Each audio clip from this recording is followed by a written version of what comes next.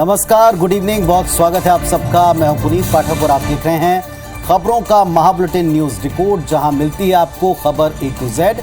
शुरुआत करते हैं आज के खबरों की सफर की। देखते हैं खबरें क्या हैं और उनके पीछे की असल खबर क्या है। शुरू करते हैं आज का न्यूज रिपोर्ट।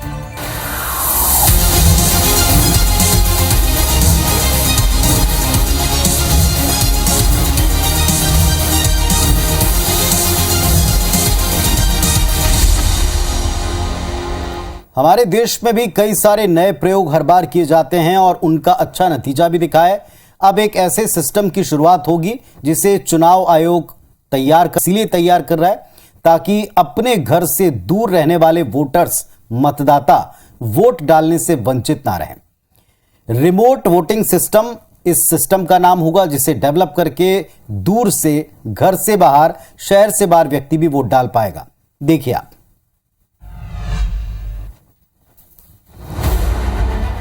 चुनाव आयोग ने प्रोटोटाइप रिमोट वोटिंग सिस्टम यानी कि RVM तैयार कर लिया है। इलेक्शन कमीशन ने गुरुवार को इसकी घोषणा की। इसकी मदद से अब घर से दूर किसी दूसरे शहर या राज्य में रहने वाला वोटर विधानसभा या लोकसभा में वोट डाल पाएंगे, यानी वोटिंग के लिए उसे अपने घर नहीं आना पड़ेगा। आयोग 16 जनवरी को सभी राजनीतिक दलों को इस RVM का लाइव डेमोन्स्ट्रेशन देगा। इस मौके पर चुनाव आयोग की टेक्निकल टीम और एक्सपर्ट्स भी वहां मौजूद रहेंगे, जो इसकी तकनीक के बारे में जानकारी देंगे। IIT मद्रास की मदद से बनाई गई मल्टी कॉन्स्टिट्यूएंसी रिमोट EVM एक रिमोट पोलिंग बूथ से 72 निर्वाचन क्षेत्रों को संभाल सकती है। सुविधा का लाभ उठाने के लिए वोटर को वोटिंग के दिन रिमोट वोटिंग स्पॉट पर पहुंचना होगा। अनुमान के मुताबिक देश में 45 करोड़ लोग ऐसे हैं जो अपना घर छोड़कर दूसरे राज्यों में निवास करते हैं। हालांकि इसका कोई भी सेंट्रलाइज्ड डेटा अब तक मौजूद नहीं है।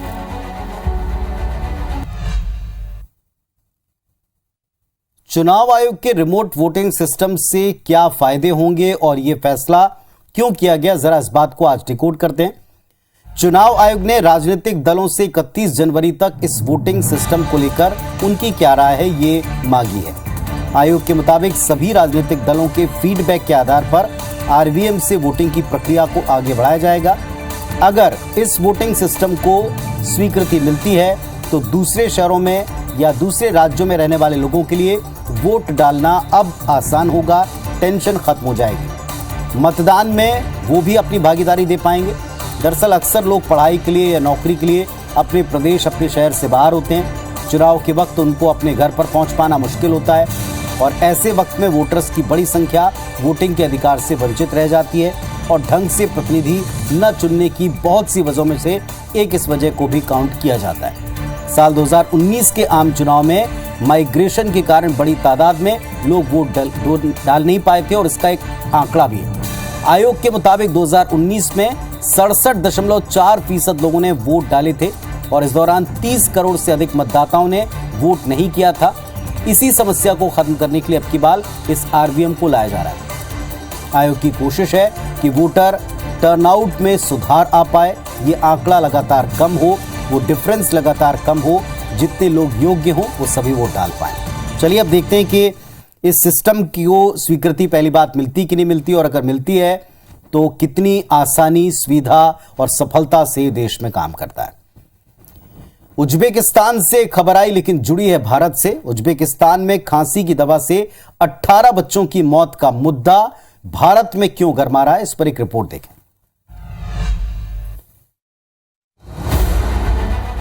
उज्बेकिस्तान के स्वास्थ्य मंत्रालय ने कहा कि ये सिरप भारतीय दवा कंपनी मैरियन बायोटेक लिमिटेड ने बनाई है। दावा है कि लैब में किए गए टेस्ट में कफ सिरप में दूषित एथिलीन ग्लाइकोल की मौजूदगी पाई गई। ये भी कहा गया कि दवा बिना डॉक्टर के पर्चे के और प्रभावित बच्चों द्वारा अधिक मात्रा में ली गई। इस मामले में मैरियन बायोटेक फार्मा कंपनी के अधिकारी ने कहा है कि मौत पर खेद है, नमूने लेकर उत्पाद का निर्माण फिलहाल रोका गया है, जाँच जारी है। इस मुद्दे पर कांग्रेस नेता जयराम रमेश ने ट्वीट कर कहा कि पहले गाम्बिया में 70 बच्चों की मौत और अब उज्बेकिस्तान में ये हुआ। मोदी सरकार को भारत के बारे में शेखी मारने से पहले इन लोगों पर सख्त एक्शन लेना चाहिए। इस पर भाजपा नेता अमित मालवीय ने कांग्रेस को जवाब दिया, कहा कि गाम्बिया में मौतें दूसरी वजह से हुई। मोदी से नफरत में कांग्रेस इतनी अंधी हो गई कि वो भारत की उद्यमशीलता की भावना का भी उपहास कर रही है, जो कि शर्मनाक है। चलिए तो अब क्या वाकई में ऐसा मामला है कि उद्यमशीलता पर प्रश्न उठाया है, या फिर वाकई में मामला संजीदा है, जिस भी जगह बच्चों की जान जाती है यह संवेदनशील मसला बन जाता है और इस पर राजनीति छोड़कर, आरोप और सफाई छोड़कर असलियत पर जाना चाहिए। उम्मीद करते हैं इस मामले में हकीकत सामने आए और जहां भी चूक है इसको सुधारा जाए। ऐसे केसेस किसी भी देश के लिए अच्छे नहीं हैं। बात राहुल गांधी की। 2020 से अब तक 113 बार वो सुरक्षा नियम तोड़ चुके हैं। यह जानकारी सीआरपीएफ की तरफ से केंद्रीय गृह मंत्रालय को दी गई है। दरअसल कांग्रेस पार्टी ने राहुल गांधी की सुरक्षा की चूक जो दिल्ली में हुई थी, इस पर गृह मंत्री अमित शाह से शिकायत की थी। इसका जवाब अब आ चुका है, देखें।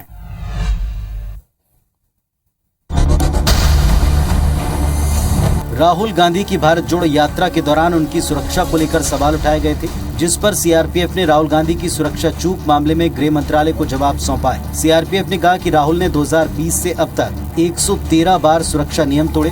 भारत जोड़ो यात्रा के दौरान भी सुरक्षा के तय निर्देशों का कई बार उल्लंघन किया, जिसके बारे में उनको अवगत कराया जाता रहा। बीते दिन कांग्रेस पार्टी ने दिल्ली में राहुल गांधी की सुरक्षा चूक मामले में गृह मंत्री अमित शाह से शिकायत की थी। पार्टी महासचिव केसी वेणुगोपाल ने गृह मंत्री अमित शाह को पत्र लिखकर दिल्ली में राहुल की सुरक्षा में चूक के बारे में लिखा था, जिस पर गुरुवार को सीआरपीएफ ने अपना जवाब दे दिया है। तो पूरी खबर आपने देख ली। सुरक्षा में चूक की खबर पहले भी कई बार आई है, कई नेताओं के बारे में आई है और कई गंभीर नतीजे भी देश ने इसके भुगते हैं। सुरक्षा में चूक किसी की भी हो, कतई उचित नहीं। इतिहास बात का साक्षी है। जब जब सुरक्षा को हल्के में लिया गया, दलों और देश को बड़ा महंगा पड़ा है। चलिए आज इस मुद्दे को अच्छी तरह से डिकोड करते हैं। कांग्रेसियों की चिंता कितनी वाजिब है समझते हैं।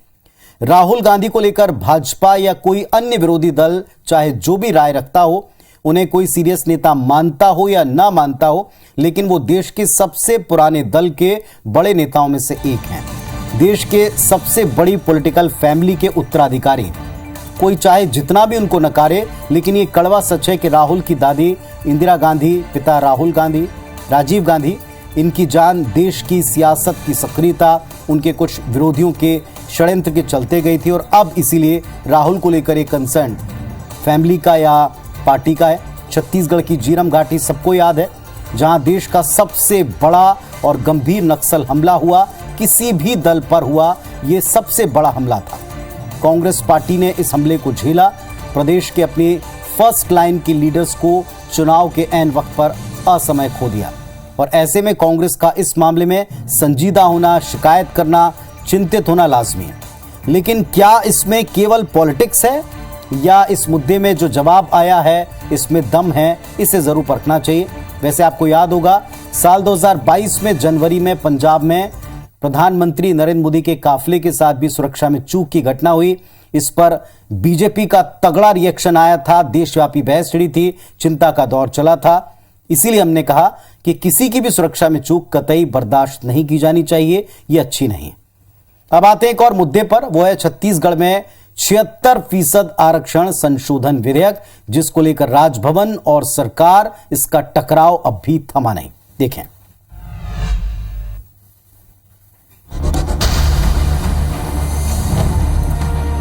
छत्तीसगढ़ में आरक्षण संशोधन विधेयक पर राज्यपाल ने अब तक हस्ताक्षर नहीं किए। इस पर सीएम भूपेश बघेल ने कहा कि आरक्षण संशोधन विधेयक अब विधानसभा की प्रॉपर्टी है, इसलिए राज्यपाल के प्रश्नों का कोई औचित्य नहीं। फिर भी उनकी संतुष्टि के लिए जवाब भेजा गया। ये प्रॉपर्टी विधानसभा की है और राजभवन भेजा गया राज्यपाल के हस्ताक्षर के लिए। तो ये बचत जो प्रश्न है अपने आप में वो उसका कोई औचित्य नहीं रहता। इधर पीसीसी चीफ मोहन मरकाम ने 70 से ज्यादा समाज प्रमुखों को पत्र लिखकर 3 जनवरी को जन अधिकार महारैली में शामिल होने का आग्रह किया है। एनएसयूआई ने भी संयुक्त रूप से 3 जनवरी तक 1 लाख से ज्यादा पोस्ट कार्ड राज्यपाल के नाम भेजने की तैयारी की है। प्रदेश अध्यक्ष मोहन मरकाम जी ने प्रदेश के सभी समाज प्रमुखों को पत्र लिखकर हमारी जो जन अधिकार रैली 3 तारीख को होने जा रही है उसमें शामिल होने का निमंत्रण दिया। उसी विधेयक को साइन करने की अपील को लेकर प्रदेश भर के युवाओं के बीच जाके एनएसयूआई यूथ कांग्रेस आज से अगले 3 दिनों तक लाखों पोस्ट कार्ड साइन कराएगी। जाहिर है आने वाले साल में आरक्षण के मुद्दे पर प्रदेश में सियासी तापमान बढ़ना तय है।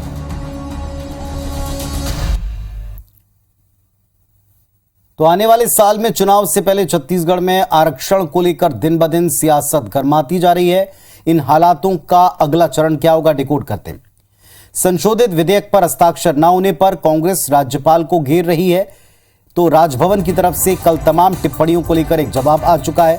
उन्होंने कांग्रेस के तमाम बयानों को राजभवन को लेकर या उनके सलाहकारों को लेकर जो कुछ कहा है उसे अनुचित करार दिया। असली नकली आदिवासी को लेकर भी सियासत गर्मा चुकी है। कांग्रेस आर पार के मूड में है। 3 जनवरी को एक जन अधिकार रैली निकाली जा रही है। उसको लेकर तमाम सहयोग अलग अलग समाजों वर्गों से मांगा है। सीएम लगातार राज्यपाल से इस विधेयक पर दस्तखत की अपील भी कर रहे हैं, मांग भी रखते हैं और भूमिका को घेर भी रहे हैं। केंद्र की और भाजपा की भूमिका को लेकर भी कई प्रश्न चिन्ह। चुनाव आने वाले हैं तो भारतीय जनता पार्टी भी कांग्रेस का उसी अंदाज में उसके आरोपों का जवाब दे रही है। बीजेपी ने अब कांग्रेस के तमाम पक्षों को खारिज करते हुए युवाओं के करियर से खिलवाड़ करने वाला दल तक का आरोप जड़ दिया। जाहिर है कि कई परीक्षाएं छत्तीसगढ़ में आरक्षण के इसी मुद्दे को लेकर अटकी पड़ी हैं, जो कहीं ज्यादा गंभीर मसला है, जो कहीं सीरियस बात है।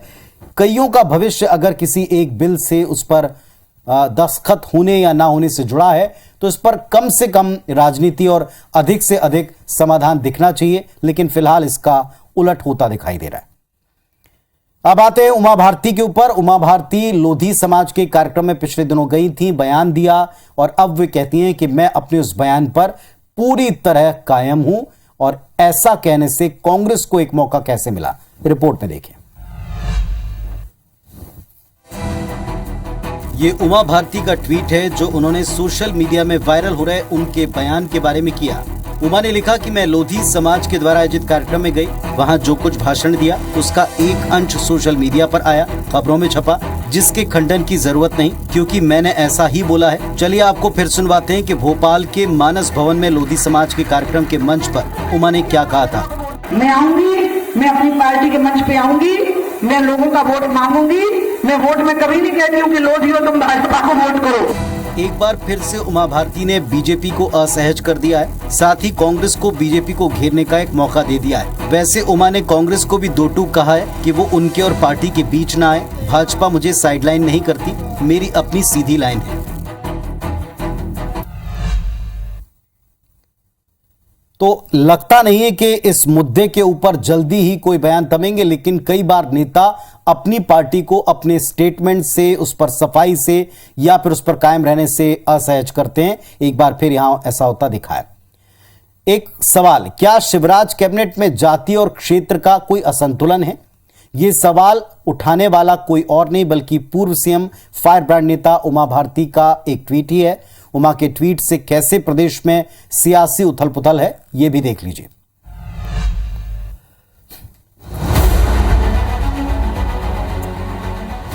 मध्य प्रदेश की पूर्व मुख्यमंत्री उमा भारती फिर मुखर हैं। उन्होंने ट्वीट किया कि जब हम विधानसभा चुनाव हार गए और कांग्रेस का एक समूह हमारे साथ टूटकर आया और उसके सारे हमने सरकार और मंत्रिमंडल का गठन किया, तब भी मैंने सार्वजनिक तौर पर बयान दिया था कि मंत्रिमंडल में जाति और क्षेत्र का संतुलन बिगड़ा है। उमा के इस बयान के बाद कांग्रेस ने बीजेपी पर तंज कसा है, क्योंकि उन्होंने बीजेपी की सरकार बनाई, 35 करोड़ रुपए में गए, कांग्रेस की कमलनाथ जी सरकार को गिराया, तो उनको एज इट इज जब रखेंगे तो समीकरण बिगड़ेगी। हालांकि बीजेपी कैबिनेट गठन के मसले को सीएम शिवराज का विशेष अधिकार बताकर बचाव कर रही है। मैं ऐसा मानता हूं कि ऐसे सुझाव हम सब लोगों के लिए मार्गदर्शक हैं, इसलिए उन्होंने अगर कुछ कहा है तो उस पर हमें ध्यान देना, बात करना, ये हमारे लिए भी आवश्यक और हम जरूर करते हैं। चर्चा है कि नए साल में शिवराज कैबिनेट में बड़ा फेरबदल हो सकता है, जिसके जरिए सीएम शिवराज जातिगत और क्षेत्रीय संतुलन साधते हुए 2023 की चुनावी जमीन को पक्का करेंगे। राजनीति में टाइमिंग का बड़ा खेल होता है, तो इस टाइमिंग को और उमा के इस बयान को इस वक्त हम डिकोड करते हैं। पहले लोधी समाज के कार्यक्रम में वोटर्स के लिए संदेश और अब कैबिनेट में असंतुलन को लेकर सवाल उठाना। मध्य प्रदेश में चुनाव नजदीक आ रहे हैं। उमा भारती लगातार मुद्दों को हवा दे रही हैं, अपना एंगल, अपनी बात रख रही हैं। शिवराज कैबिनेट में जाति क्षेत्र के फॉर्मूले को लेकर अगर मौजूदा स्थिति को समझें तो इसमें कुल 31 मंत्री हैं, 4 पद रिक्त हैं। राजपूत वर्ग से 9 मंत्री हैं, 2 मंत्री ब्राह्मण समाज से, ओबीसी से 10, एसटी से 4, एससी से 3, कायस्थ, सिख और जैन से एक मंत्री मंत्रिमंडल का हिस्सा है। क्षेत्र के समीकरण पर गौर करें तो ग्वालियर चंबल संभाग से सर्वाधिक 9 मंत्री हैं। याद होगा सरकार कैसे बनी है ये।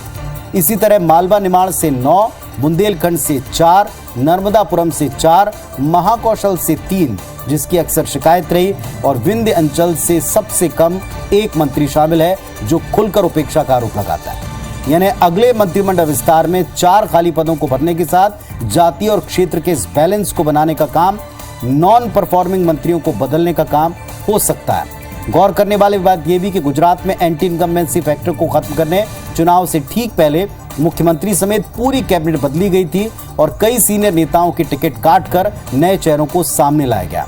नतीजा सबके सामने है। गुजरात में बीजेपी ने रिकॉर्ड तोड़ जीत हासिल की। गुजरात के इस अभूतपूर्व सफलता वाले फॉर्मूले को बीजेपी मध्य प्रदेश में अपनाना चाहती है और ऐसा दोहराया जा सकता है।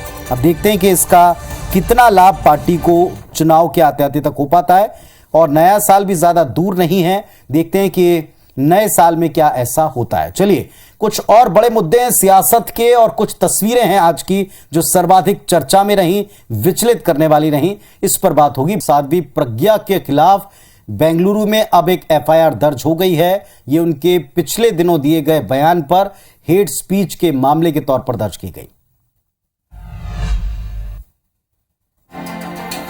यह है कांग्रेस के वरिष्ठ नेता जयराम रमेश का ट्वीट, जिसके जरिए जयराम रमेश ने बीजेपी सांसद साध्वी प्रज्ञा के खिलाफ दर्ज एफआईआर की जानकारी देश को दी। जयराम रमेश ने ट्वीट किया कि मेरे साथियों ने बेंगलुरु में साध्वी प्रज्ञा के खिलाफ हेट स्पीच के मामले में शिकायत दर्ज कराई है। पुलिस से अपील है कि कानून के मुताबिक कार्रवाई करें। अगर पुलिस इसे नजरअंदाज करती है तो हम कोर्ट जाएंगे। शिवमोगा जिला कांग्रेस कमेटी के एचएस सुंदरेश ने भाजपा सांसद साध्वी प्रज्ञा पर भड़काऊ भाषण देने का आरोप लगाया, जिस पर 28 दिसंबर को एक रिपोर्ट दर्ज की गई। साध्वी प्रज्ञा ने कहा था कि अपने घर में हथियार रखो, कुछ नहीं तो सब्जी काटने वाला चाकू तेज रखो, पता नहीं कब कैसा मौका आ जाए। शस्त्र रखना हिंदुत्व में वर्जित नहीं है, भारतीय कानून में भी वर्जित नहीं है, हिंसक होना वर्जित है। भोपाल सांसद ने 25 दिसंबर को ये बयान दिया था। वे शिवमोगा में हिंदू जागरण वैदिक के दक्षिण क्षेत्र वार्षिक सम्मेलन में मंच से लोगों को संबोधित कर रही थी। आज के लिए इतना ही। न्यूज डिकोड में आप तमाम खबरों का डिकोड देखने के कल इसी वक्त हमारे साथ जुड़िए। नमस्कार, शुभ रात्रि।